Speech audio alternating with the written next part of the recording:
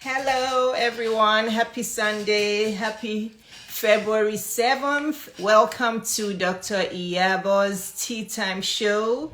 Tea Time with Dr. Iyabo. Welcome, everyone. Hi, Thrive with Martha.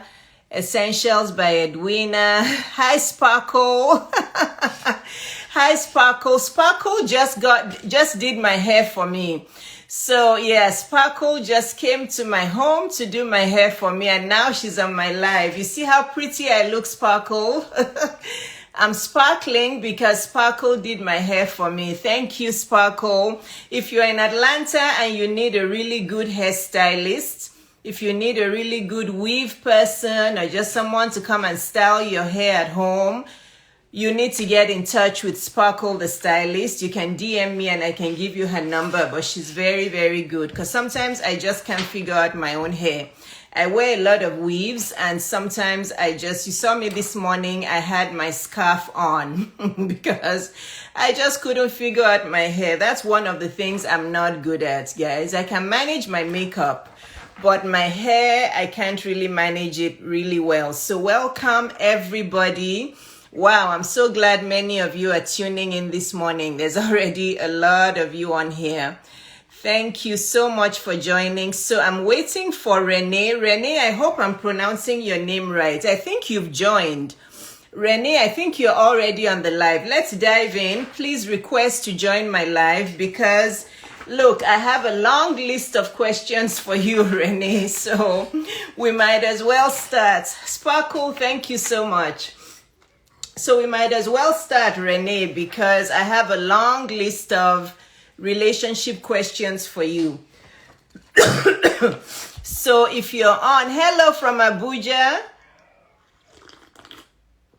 Hi from Abuja, how are you? Hello, everyone. I know you're from all corners of the world, and I'm so happy you're all here. You can all tell us where you're from. I'm going to have Renee join now. And you can all tell us where you're from, which state or country you're from, so we can know how small the world is now. I'm going to have Renee join now. I'm so excited about today's live. I just hope my throat will cooperate. Hi, Renee. Hello, how are you? How are you? So good to see you. It's such a small world. So tell me, are you in Paris or you're in Paris, not Australia? I'm in France. I'm not in Paris, not as glamorous as that. I'm actually further down south, right on the border between France and Spain in the Pyrenees, kind of near the mountains there. So that sounds... It's actually not as cold as Paris, thankfully, but it's quite pretty down here, and it's a bit safer. That sounds really pretty. Can I just come there? Can I close my eyes and be there right now, honestly? Oh, look, I'll happily swap positions because I think where you are at the moment is probably warmer and a lot more alive at the moment. It's kind of warmer. Atlanta is funny weather. Some days we may have one warm day today, then the next day we have snow, then the next day we have rain. We have like all seasons in 1 week sometimes. Yeah, but I love France. I've never been to anywhere else but Paris. I've been to Paris 3 times, but I really want to explore. My husband and I were just saying it the other day that once COVID is over, we need to like explore different parts of France. But I'm so glad you're on today. Thank you for having me. I think I found you first on the Explore page. I think that's how I saw you first on Instagram. And of course, I loved your accent. I love the Australian accent. And you were just saying so much sense. I'm like, I need to follow her. So yeah, I'm glad we follow each other. Can you tell people while I catch my breath, can you tell people what, a little bit about yourself and your bio, please? Sure. So I am a professional dating and relationship coach, and I've been in the industry since 2013. I did not plan any of this. I was basically in toxic relationships for about 10 years. Wow. And I decided to write a blog. I decided to write a blog when I was in my worst relationship about what not to do and just talking about what it was like to date someone with children and just... It was very taboo back then. Dating apps are only just kind of come out. Online dating was still a bit like, oh, don't tell anyone that I met them online. The whole dating industry wasn't like it is now. So I started writing about it. And from there, that ended up being the #1 dating and relationship blog in Australia. I started to write for the big publications around the world, like Huffington Post, Your Tango, BuzzFeed. I have a background in TV, so I was asked to go on TV and Wow. present ABC, SBS.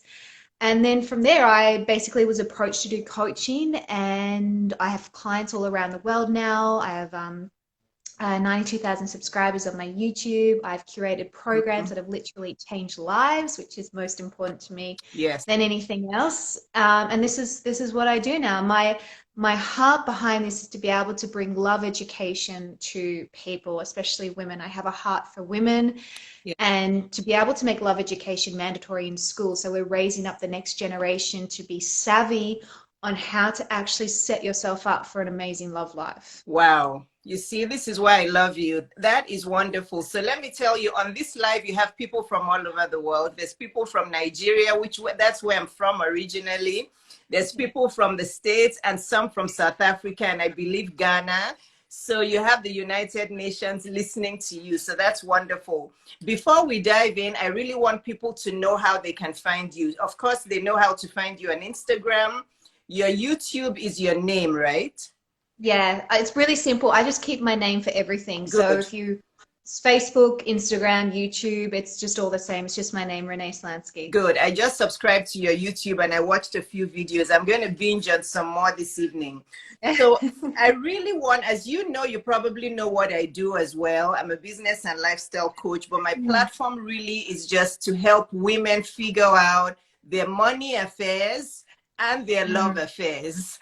mm. And I know those are the two really big things that we women mess up. I compiled some questions today based on a lot of questions that I get in my DMs. So on this live, I really want us to help singles, divorced, and married women.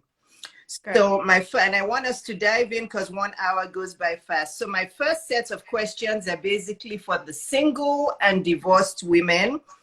So if you're ready, I'm ready. My first question for you is, we're in a pandemic, we're all socially distanced. There's still many single women from the age of 18 until 60 something. Believe it or not, I still have women in their 60s who DM me and ask me, how did you Mm, get remarried at 50? mm, How did you do it? mm, I'd love to still find love.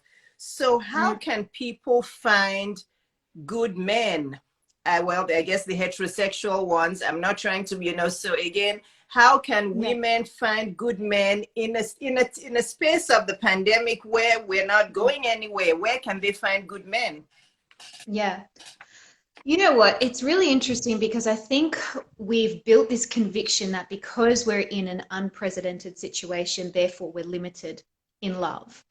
And when we have a conviction about something, our brain looks for evidence of that. So if you believe, I can't find love because of social distancing, guess what? You won't be able to find it.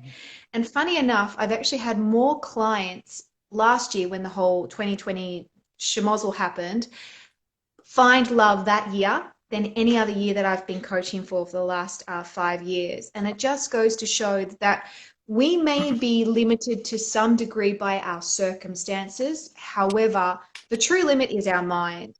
And for women to be able to understand, okay, how do I go and find a good man? But that's the thing is that they want to know, okay, which dating app do I go on, or where do I go, which bar do I go to, or how do I meet someone in real life? That's not the first step. And I think that's why women get stuck trying to find a good man, because they assume that I just need to know how to access him. And access to dates doesn't equal access to healthy, loving relationships. The first thing that we need to be able to do is, number one, identify what a good man actually looks like, instead of, just going out there and hoping to find one, or finding one and then 3 months later the red flags pop up. That's why love education is so integral. If you don't know what you're looking for, how can you recognize it when it comes along? It's like putting it into the GPS system. If you're currently in this situation where you're single and you're struggling and you want to be able to find a good man, you have to work out, okay, what can I do even under these circumstances first that I have control of, in order to be able to move towards what eventually it is that I want to be able to attract? And am I even able to recognize what I'm able to attract because I'm aware of what a good man actually looks like? Does that make sense? It makes perfect sense, because you actually, this is how fantastic you are. You already kind of answered my next question. So I love how you started answering the question. And this applies to actually every facet of our lives, because people want to look for an excuse for whatever it is they cannot achieve. And the pandemic is such a very easy excuse for us. Oh, it's because Yeah. of the pandemic I can't lose weight. It's because of the pandemic I'm gaining weight. Because of the pandemic I can't find weight. And if it's Yeah. not the pandemic, it's going to be another excuse. So Totally. I love the way you started that it's not really the pandemic, it's your mind and it's your mindset, it's your belief. So if you do want to find that man, you will. So really, they can still try online dating, right? They can try maybe introductions from Absolutely. friends. There's still many ways, right? Yeah. I think, having again access to online dating or meeting someone in person. I mean, we were meeting people before online dating came along, and the same people who are on online dating are real people out there in real life. And I think we forget that. It's just a matter of dating smart and having a strategy. Just going on multiple dating sites isn't going to set you up to enjoy the process of dating. And it's just going to then make you feel like this sucks or I can't find a good man. And then again, you're solidifying that negative conviction that love isn't for you or that love is too hard. Mm-hmm. Having some sort of strategy, knowing how to date in a way that you can put your energy where it matters into men who are quality men instead of turning this into a quantity process. That'll make it more enjoyable. It'll help you have more clarity on who to invest in because you won't be divided constantly between multiple men and multiple apps. Um, and I think, simple things like that are just ways that women can actually do something and get some sort of progress without feeling that they have to have Prince Charming knock on their door or feel that they need to arrive before they're ready to date. Right. So my next question for you, I have a question and a statement. The first statement is, many women are conditioned to quickly blurt this out. Oh, there's no good men out there. Or all Mm, the men out there cheat. Or all the mm. men are narcissists. It's like people have this conditioning around themselves that there's no good men out there. That's my first statement. If you can please speak on that. And then the next statement is, what are the qualities to look for in a high value, high quality man? Yeah. I think that we are starting to say things like that, like there's no good men out there and, all men cheat, is because we're at a time in history where women have really found their voice. Um, and that voice is then further exemplified by the media saying, through women's rights, through women's movements. And so we've come into this sense of empowerment. However, I think that if it's taken too far, it can actually limit our idea of how much value a man can actually bring. Yes. And by blanketing a statement like that over all men, you are effectively, again, limiting the good men that are actually out there who are willing to love you. Yeah. And I had a client actually, and she was exactly like I that. love that. She's a successful lawyer. She's in Dubai. And she was just like, I don't get it, Renee. Like, are all men like this? Are all men cheaters? Because she was surrounded by constantly men who were cheating. Married men were having affairs. Mm-hmm. Her father had an affair. She's like, I don't understand. Like, I'm trying to not believe this, but this is all I'm experiencing. And the way that we tackled that is we didn't focus on the men that were doing wrong. I asked her to start looking for evidence of the men that were doing right. I was like, okay, I want you to find 5 positive relationships out there that you can honestly say, wow, that is a version of a good man. I want you to connect with male friendships, and I want you to disengage in any conversation that is about putting down men or slandering men. Whatever we speak into life. And if Yes. you are Yes. constantly saying, there's no good man, there's no good men, again, your brain doesn't know the difference between what it experiences and what you tell it to experience. Yes. So if you're telling it to experience negative men, guess what? It's going to look for evidence of that. So Yes, yes. it's like, just because we've experienced like bad men or narcissists doesn't mean that all men are like that. And that just takes discipline of the mind, really. Yes, Um, wonderful. Yes. and the second question, how do you look for good qualities in men? I think that things that are fundamental. It's not just about a man, it's about what a man brings to a relationship to make that relationship healthy. For example, a man who is consistent in following through with his words and his actions, a man who makes you feel safe, a man who is able to support you and encourage you in you being your own individual, in you having your own purpose, Yes. a man who is able to communicate. The number one key that I'll say is this: compatibility isn't about just chemistry, and it's not just about we have similar interests and we want the same thing. Compatibility, which essentially means it sets you up to have a great relationship, is capacity. Does he have the capacity to be who he needs to be in order for the relationship to grow and be healthy? Because it can't just be him saying, oh, I love you, I love you. He does not have the capacity to do what love is required of him, then you're always going to have an uphill battle. So Renee, then how do women learn this during the dating process? Everything you said, yes, we agree with it. So let's just imagine there's a woman on here who's still dating. She has a first date coming up tomorrow. How is she going to start learning all of what you said, the compatibility, all of that? Yeah. So I have actually an 8-week course which like takes you through the whole process step by step. The first thing I'll say is this: you don't know someone on a first date. You don't know someone on a second date, a third date, a fourth date. Dating someone is an assessment process that takes time. However, you shouldn't be 3 months into a relationship with someone where you're like, oh, I never noticed that red flag. It shouldn't be a Oh, surprise. Renee, I need you to say that again. There's some things I please have my guests say again. You have to say that again. 3 months. Please say it again because it needs to sink in. Yeah. Yeah, you shouldn't be 3 months into dating someone, then all of a sudden you realize he's a narcissist, or all of a sudden you Yeah. realize he doesn't want Yeah. commitment. Yeah. Yeah. Those are things you should be able to identify early on. And the biggest way is look at what he's consistent in. You know, how does he make you feel?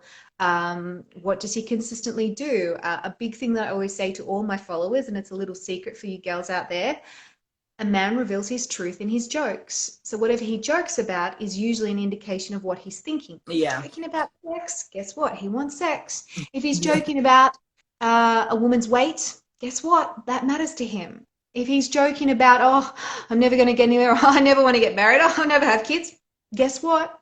He doesn't want those He's things. serious about them. Yeah. Yeah. So I think, again, it's a process that, like I said, if you know how to do it strategically, date by date, where you can still enjoy the process of dating, but know what to do on each date and what to look for, it becomes easier over time to be able to assess a man's character. Wonderful. Ladies and gents, because I know we have gents on here, please type your questions. I promise I can multitask. I can listen to Renee, I can ask questions, and I can note your questions at the same time. So please, while you have her live, she's a busy woman. Please, all those questions you put into my DM, you have the experts of experts here. So please ask your questions. Renee, my next question for single and divorced women is, what to do and what not to do. Can you give us a few what to do's and what not to do's on the first few dates? Yeah, okay. What not to do. I personally don't believe that you should go too deep too soon with all your baggage and just let them know everything about you. Another what not to do: don't talk about your ex on the first date. There is absolutely no need to. If they want to talk about it, brush off, change the subject. What to do? Affirm. My words of affirmation is a really big love language of most men out there. Have manners. It's another what to do. Say thank you. I honestly think a woman should offer to pay for the bill, but I think that the man should pay for the bill on the first date, and that might bring up some controversy. But I think that showing that a woman is willing to do her part from the beginning is a sign of that she's someone who understands a man's value and she's someone who brings value. What not to do. I personally don't believe that you should sleep with someone too early, too soon on the first date. I think that, and there's a whole nother science behind that as well, why we don't do that. Um, and keep things fun and keep things light, especially on the first date. The only thing that you should be focusing on the first date is this, the only question. Do I want a second date with this person? And you'll know that because you'll either enjoy their company or you won't enjoy their company. You'll either feel safe or you won't feel safe. There'll either be chemistry or there won't be chemistry. And if you just stick there instead of, is he marriage material? Is he like the sort of guy that I can see myself with? Like, don't go too far down the beaten track.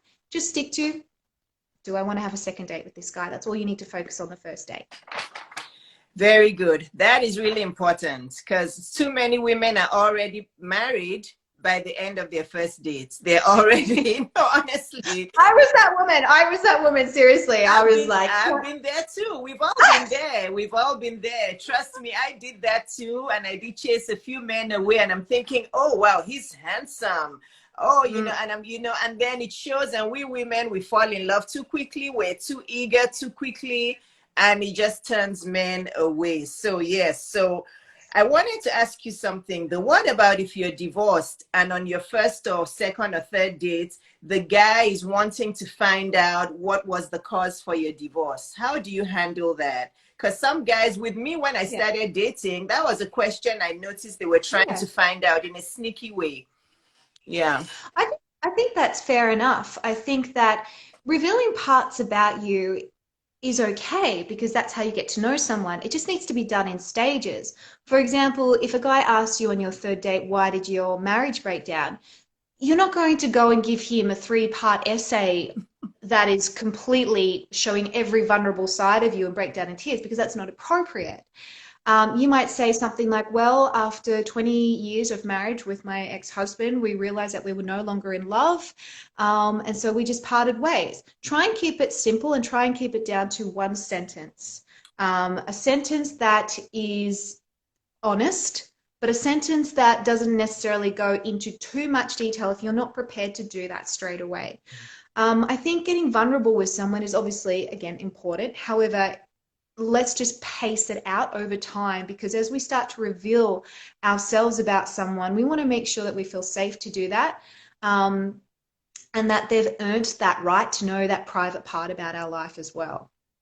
Excellent answer. That's wonderful. So just you can give the answer, but not too quickly to where you get too emotional or too deep into it. So I'm going to pause on my questions and take a couple questions from our audience. First one is, what is the best approach to online dating in order to be safe? Yeah, this is a good one. The first thing that I would do is do a reverse photo search. Okay, if you're not sure if you're being catfished by somebody, there is like free apps online where literally you just type into Google reverse photo search and it'll actually show you if that person's picture is a real picture or if it's like some model somewhere else, which has happened to a couple of clients of mine where they've been catfished. If anyone asks for money, obviously that's a scam. If you're having conversations with someone because you're in a long distance or something and they never want to do a video call, they never actually want to do anything that's interactive like this, that is a red flag. Yeah. If you're actually meeting up with someone, make sure you tell your girlfriends that you're meeting up with someone. Have a code word if you're not sure. Meet in a public place that doesn't have a lot of alcohol or dark, places if you're still not sure. And go with your gut feeling. Absolutely. Perfect. And the same person asked this question: when do you open up when you have met someone online? Okay, again, this is a process. If you've met someone online, it's almost like we fall into the trap of, because communication is really easy because we're not face to face, we can banter back and forth. We can sometimes get stagnated in that. So just make sure that if you've met someone online, the goal is to be able to meet them in person. So try not to stagnate too much in just the online chit chat and actually make sure that you initiate a date, because like, I know what it's like back in the day when I used to date. I was like, oh, we have great chit chat, but then when I met in person, I realized I wasn't attracted to them or they weren't the right fit for me because you pick up on their energy. Yeah. So The goal is to meet them in real life, and that should be part of your thinking process as you're starting to build a conversation with them online. And I'm going to ask you follow-up questions on there, because I had a girlfriend who really believed that she had to chat with these men endlessly online. She's like, no, Iyabo, I'm not ready to meet them. I want to have a better feel. And I'm like, no, you're wasting your time. So what would you say the cutoff point is? Where, because there are some men who just want a chatting partner. They never want to meet you online. So, Yeah. what's kind of like the deadline for women? If you're chatting with this man and nothing comes up about, oh, when can we meet in person? When should that be a red flag? If he hasn't asked you to meet in person, I mean, obviously it's different if you live in different countries. However, 2 weeks. 2 weeks of chatting, if there hasn't been some sort of initiation of either a video date or an in-person date, then he's either chatting with a lot of other women and he's kind of weighing up his schedule for who he can fit time in and who he wants to invest into, or he's just not someone that is comfortable with accelerating things and moving through. Dating, you shouldn't be stagnating in dating. You should be moving through the process, assessing the person and moving from stage to stage, because it's normal to progress. We're humans. We're not meant to stagnate. We're not meant to go around in circles. We're meant to be constantly progressing. So it's the same in love. Okay, so then is it okay for the woman, and I'm asking all the practical questions on behalf of women, is it okay for a woman, so let's say they've been chatting online for 1 week and the woman is thinking, I'd like to meet him. Is it okay for her to hint at that? Or should she just wait for 2 weeks? How should she go about it? Can she hint at it or ask? I think there's nothing wrong with a woman initiating a date, and I think men actually appreciate it. And the fact is that a lot of men, because I coach men as well, and I used to coach for a big channel on YouTube for men, they feel like they can't win at the moment. They feel like, well, if I say something, then she's like, oh, you're coming across too aggressive. So then I don't say anything, but then like, oh, you're too passive. And so I think men appreciate honesty. Men appreciate that confidence to be able to, a woman to be able to initiate the date. And then at least you have an answer. Because if the guy is just flaky and he's like, oh, no, I'm sorry, I'm busy on this and that, it's like, well, what's the point in continuing to invest your energy into conversation if he has no intention of actually dating you? Because dating you isn't just having talking conversation back and forth. Dating you is courting you, meeting you in person, taking you through the progress and the different stages of dating to know you, to woo you, to eventually love you and commit to you. Okay, Renee. So then what about the man who does, so I'm the woman, I ask him and he does say, oh yeah, sure, let's go out to tea tomorrow, or let's go out to coffee tomorrow. And then after that, he still doesn't plan the second date. At what point, because I tell women to let the man do the chasing, and I'm sure you do the same, because there are some men that will go with the flow. There are some men that are just playboys out there. They just want to date 5 women and just feel like, they're just the best thing that has happened to women. At what point, I know those. So at what point do women need to understand, I need to stop asking for, because I tell women, stop planning the dates. I tell my 23-year-old daughter, stop planning the dates. Let him, because how are you going to know? So at what point do you then pull back and see if he's going to make an attempt? Okay, there's a really easy way to do this. Okay. That doesn't require overthinking or whatever. Okay. Think of it as a game of tennis. You hit the ball into his court, he hits it back. Great, then you hit it back. If you're constantly hitting balls into his court, guess what? You're over investing into someone and you're doing all the work and he doesn't have to do anything. Yeah. So initiate the first date, go on the first date, and then leave it up to him to actually follow through and do something on the second date. It's okay to initiate conversation after the first date. However, don't go and do his job. He'll either do it or he won't, and that's your answer. Yes. And this is what happened to me in my love life. I tell people in all my videos, because they're like, how did you meet Neil? How did you? We met on Match, but I actually messaged him first because I was scrolling and I'm like, oh, that's a brand new face on Match. Oh, he's 6'4". Oh, he's English. He looks yummy. I'm going to say hi to him. And I said hi, a very brief one-liner. And that was it. And that was all I had to Yeah. do. So I brought myself to his attention. He saw me. Then after that, I sat back and he started planning all the dates and doing everything. So my life is a perfect example of that. So Mm. it's okay for women to make the first move. But after that, after you've put that first ball in his court, then watch and see what he does after that. You mentioned long distance relationships while you were speaking. It's one of my questions further down. We might as well tackle it now. Yay or nay to long distance relationships? Oh, well, I actually did a long distance relationship with my husband for 4.5 years, and we didn't have a choice. It was because I didn't have my European passport at the time, finances, work, this and that. It is hard. And there are a lot of people, I have a lot of clients who are in long distance relationships because we're at a time in history where, again, we can access people throughout the world. We used to be able to travel a lot easier.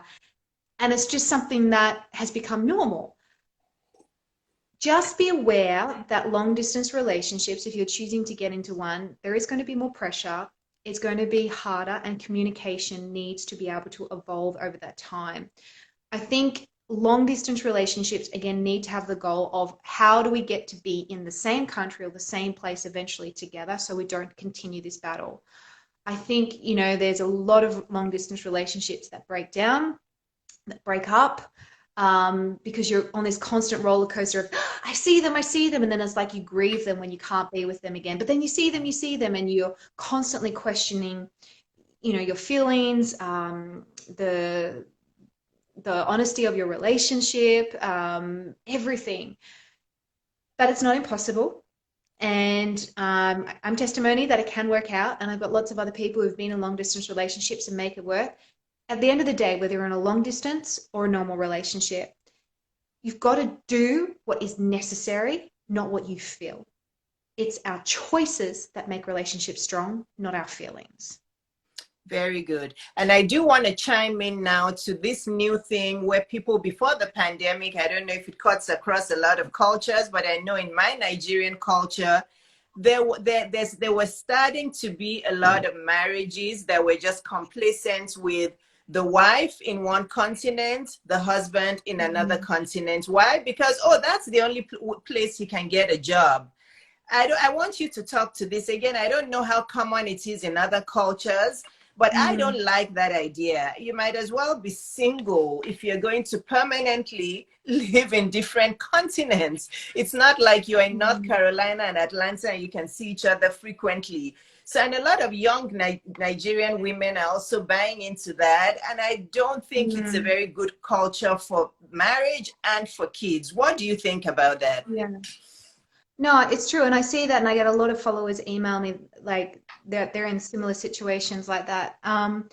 For me, marriage is number one, a holy act. Number two, it's about unity. And you can't have true unity if you're constantly separated physically. Yeah. I understand. I mean, from my perspective, again, like we had to be separated for 4.5 years, but we'd always see each other every 3 or 4 months and made it a priority to see each other because he had to work in a different country. However, the goal was to always, how do we be together? How do we make this happen? This is just a temporary inconvenience. It's not a choice. Yeah. And if you are marrying someone who makes it a choice to live separately from you, that is a battle that you enter into that for me would bring a lot of questions, a lot of pressure to your relationship, and also leave a big hole in a marriage if I was in that situation. Because if you're married to someone and you're meant to be intimate with them, that intimacy and having regular sex and regular intimacy and regular communication, being in each other's presence without even speaking, that is what will build that marriage. That is what will continue to make it strong. And it's about building a life together. I understand. I think I read an article today as well. There's a trend at the moment where women over their 50s are choosing to date or marry men but live in separate homes to their husbands, not even separate cities, but just separate homes, and live separately to their boyfriends and to the men that they're dating. And it's more common for women to do that rather than men to do that.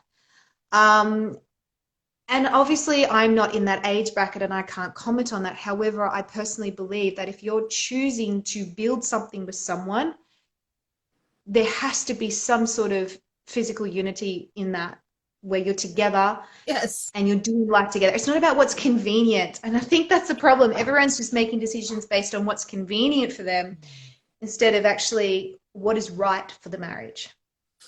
Yes, yeah, I know. Okay, we're going to get to the married questions in a second. I do want to take one more. Doc FT, my friend Folake, how are you? So she's asking that on the first date, some people ask about the 5 or 10-year plan. Is that a good question for the first date or not?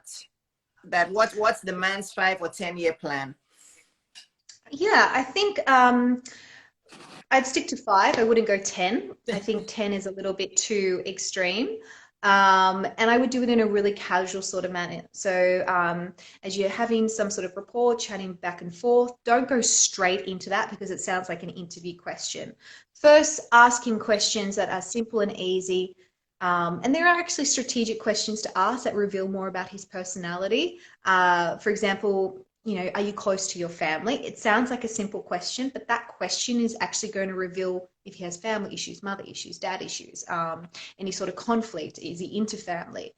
As you're starting to ask these basic questions, you might want to throw in, so what's your 5-year plan? Like, do you have dreams? But then elaborate on it so it doesn't sound like an interview. Do you have dreams to go and travel? Do you want to start a business? Do you see yourself having a ski holiday in Aspen with your family of 12 children? Make it a little bit humorous so it doesn't sound as serious.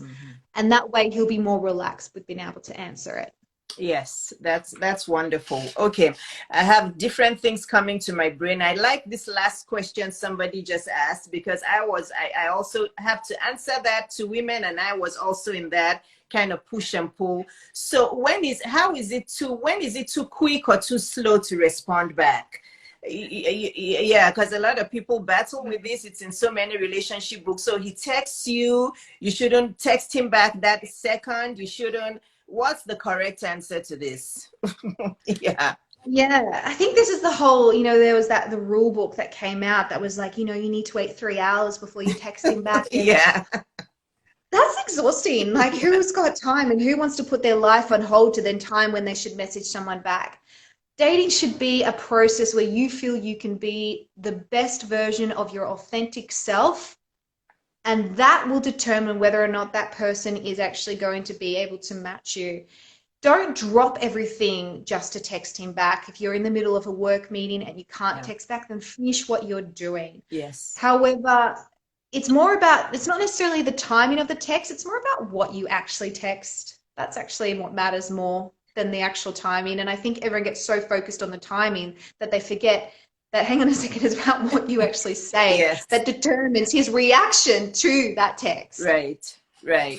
That is true. And then the other question she asked was, because I said I was messaged my husband first on Match. So somebody's asking what's an appropriate kind of first message to send without acting desperate. I think she wants an example from us. Do you have one, Renee? Yeah, sure. I always say try and pick something on their profile that is going to bring to their attention, or something, and use some sort of humor. For example, if he has a hiking trail or he's got a book that he's holding in his hand on his profile, you might message him and say, I've heard that such and such is a really good author. Have you also read this book as well? Like, don't make it necessarily about, hey, or, just something really boring. He's probably getting messages, and same with guys, she's probably getting messages left, right, and center. Try and stand out by actually showing that you are regarding the details of their profile, picking up on that, and then using it in a way to be a little bit quirky or a little bit funny to keep it really light. Yeah. Yes. Like, what I used was the English part, because I had lived in England for 5 years. And I had also visited London every single year since I was 5. So I think I said something like, oh, hi, I see you're English. I've visited, I think I said something like, believe it or not, I've visited England like every year. I kind of said something like that to make him know that I'd been to England as well. So something lighthearted. Yes. So now I want to ask you this question, Renee. In America, the statistics are 1 out of 3, I believe it's boys or maybe kids. 1 out of 3 boys don't have fathers in the home or don't even have fathers that are involved in their lives. I'm starting to see this trend a little bit more in my African guys because that's just what's happening. They will have a kid here, kid there, and they're not involved. So that was my experience in my first marriage. I was married for 15 years and I was with my ex for 8 years before that. So 23 years of my life where I had to battle my mother-in-law. Okay. If she's listening, she knows it was a battle.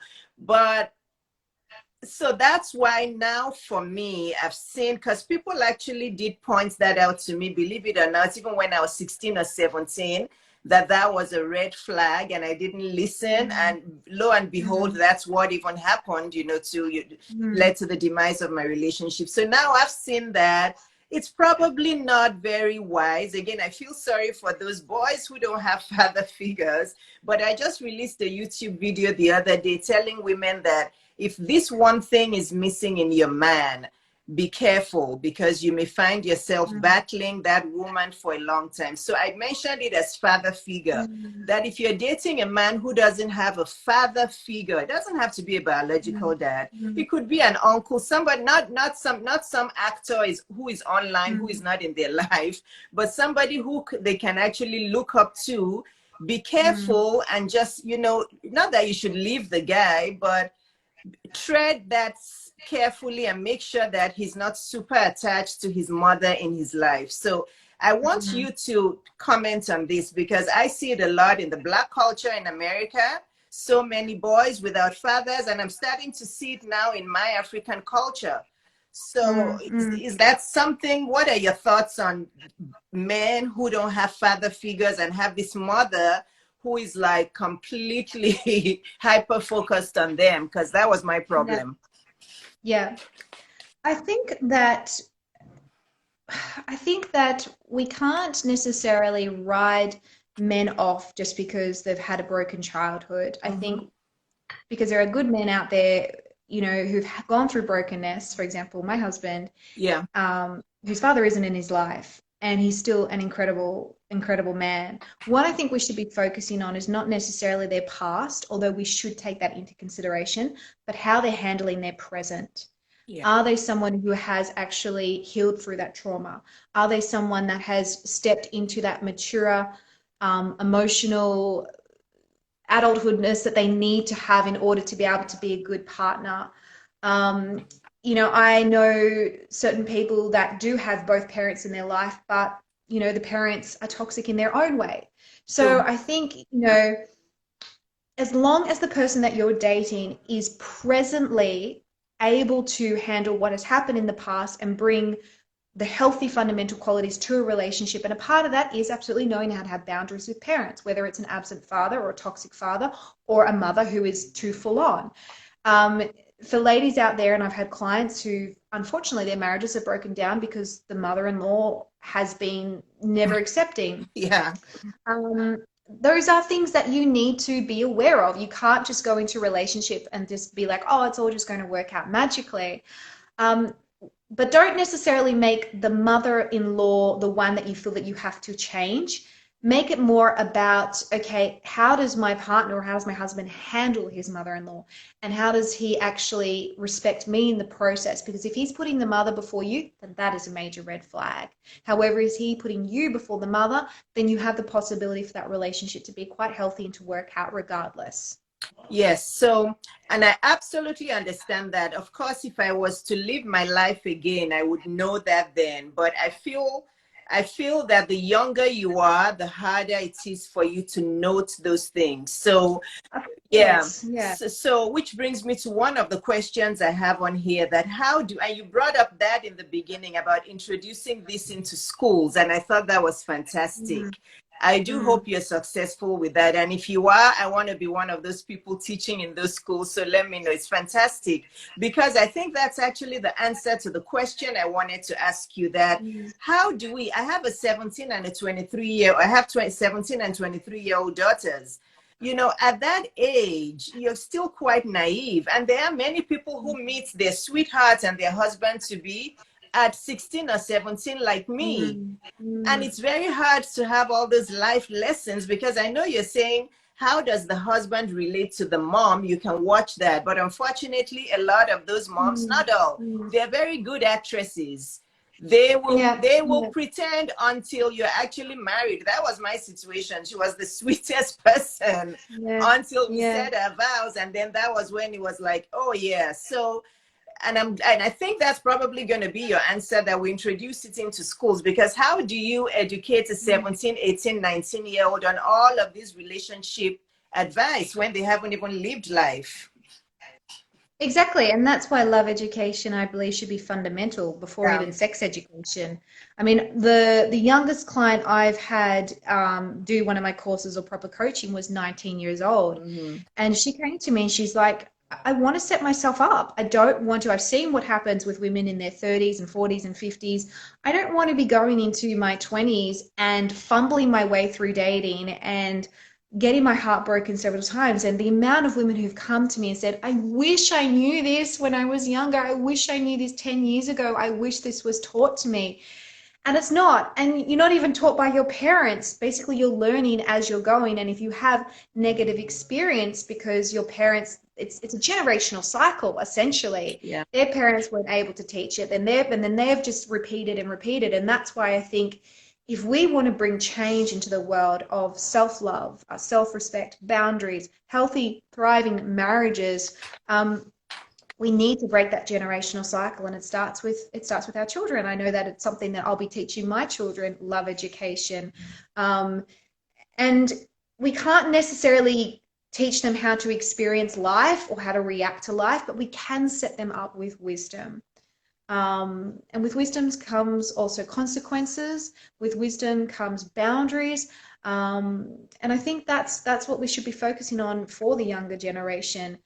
Whether it's boundaries around dating apps, whether it's boundaries around social media, telling young girls nowadays, hang on a second, a man's attention doesn't mean that he has good intentions for you, and you don't need to show more skin in order to be able to be more popular.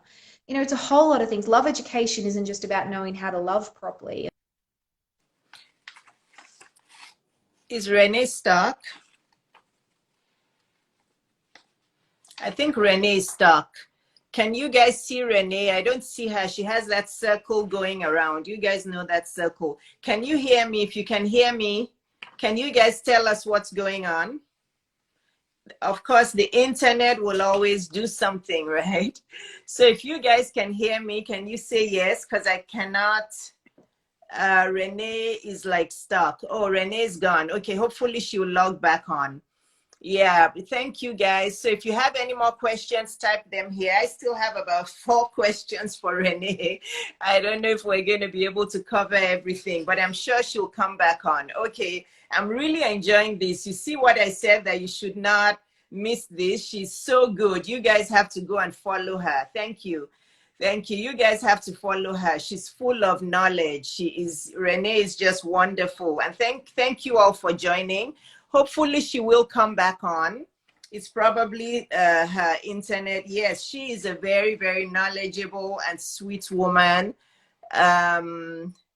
Yeah, I don't even see Renee. I think Renee is no longer on this live. Do you guys still see her? I don't see her. I think she's probably just gonna have to come back on. Yeah, let's give her a couple minutes. If she doesn't come back on, I may have to restart the live. Her username is just Renee Slansky. Oh, you know what? I didn't even type topic. I was so eager to start this live, but you guys know it's all about relationships. Yeah. So that's her. Her username is just Renee Slansky. I'll give her a couple minutes. If she doesn't come on, I guess oh, you're welcome. You're welcome. Who is this? Tabby Mo 14. You're welcome. That's what I'm here for. I want to help you guys make your money and find your honey. Make your money and find your honey. Right? That's what we all want. Make your money, find your honey. Make your money, attract your honey. Okay. I think that can be the lyrics to a song, Your Money and Your Honey. I'm sure it already exists. Okay. No, but jokes aside, what do you guys think? Should I wait a couple more minutes or should I log off, save this live and come back on and see if she'll rejoin? What do you guys suggest? Because I still have a few questions for divorced and for married women. So what should I do? Can somebody decide for me? Should I log off and then come back on and see if she'll do 10 or 15 more minutes? Make your money, find your honey. Make your money, find your honey. Thank you, love. Thank you, thank you, thank you, thank you. I'm in red today. Log off and see if she'll rejoin. Okay. Yeah, Nike has decided for me. Wait. Okay, so 2 people say log on and see if she'll rejoin. Yeah, so it's like half and half. Call her. How will I? Oh, she's back. Renee is back. Renee is back. She's back. She's back.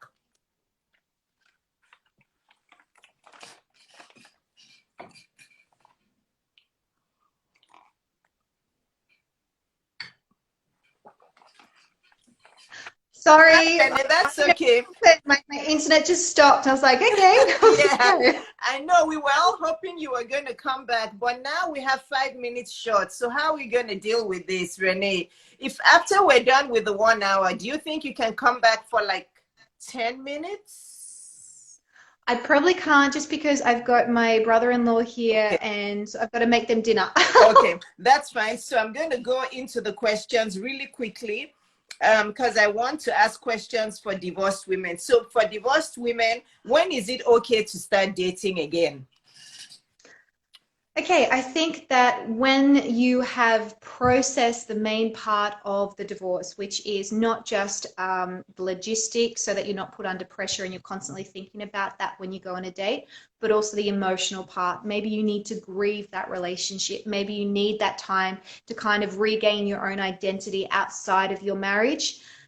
And if you're not sure, test. Go on maybe a casual first date, a coffee date, see how you feel, assess those feelings, and then take it further. Don't put yourself under pressure to go and date by a certain time frame. Okay. Now, because of that answer you gave, I want to ask you this. Is it okay to date more than one guy at a time so that you're not hyper focused on just one? Because I did that and I loved it. Yeah. I think, look, the brain can only handle 9 choices, so definitely no more than 9.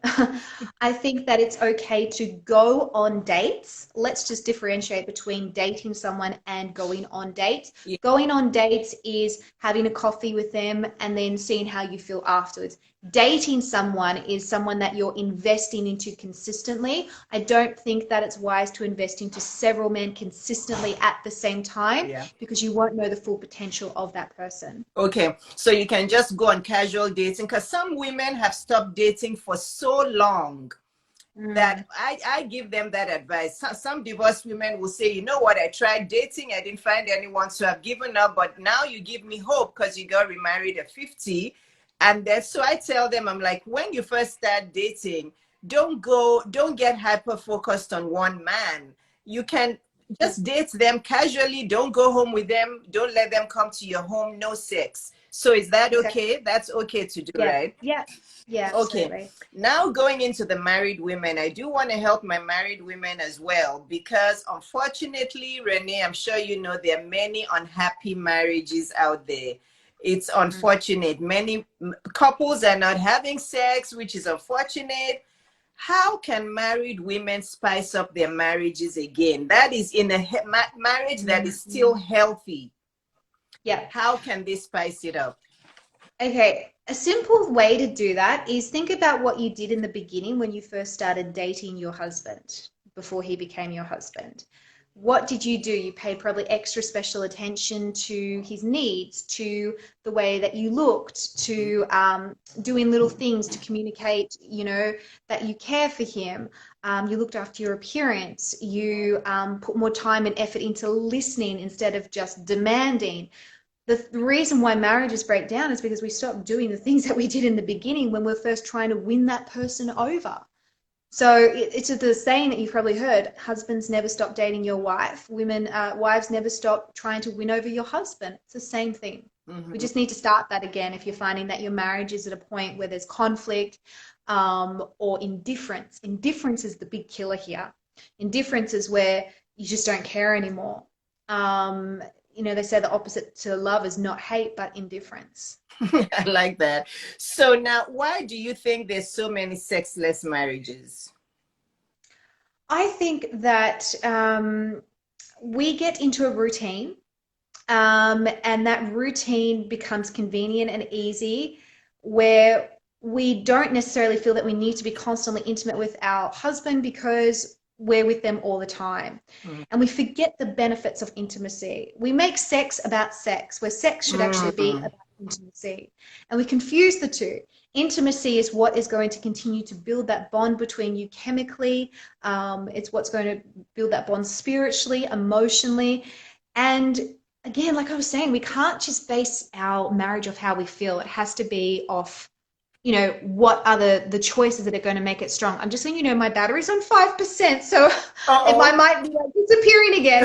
Well, we're almost done. We only have 3 more minutes. I think you'll be good with 5%. Yeah.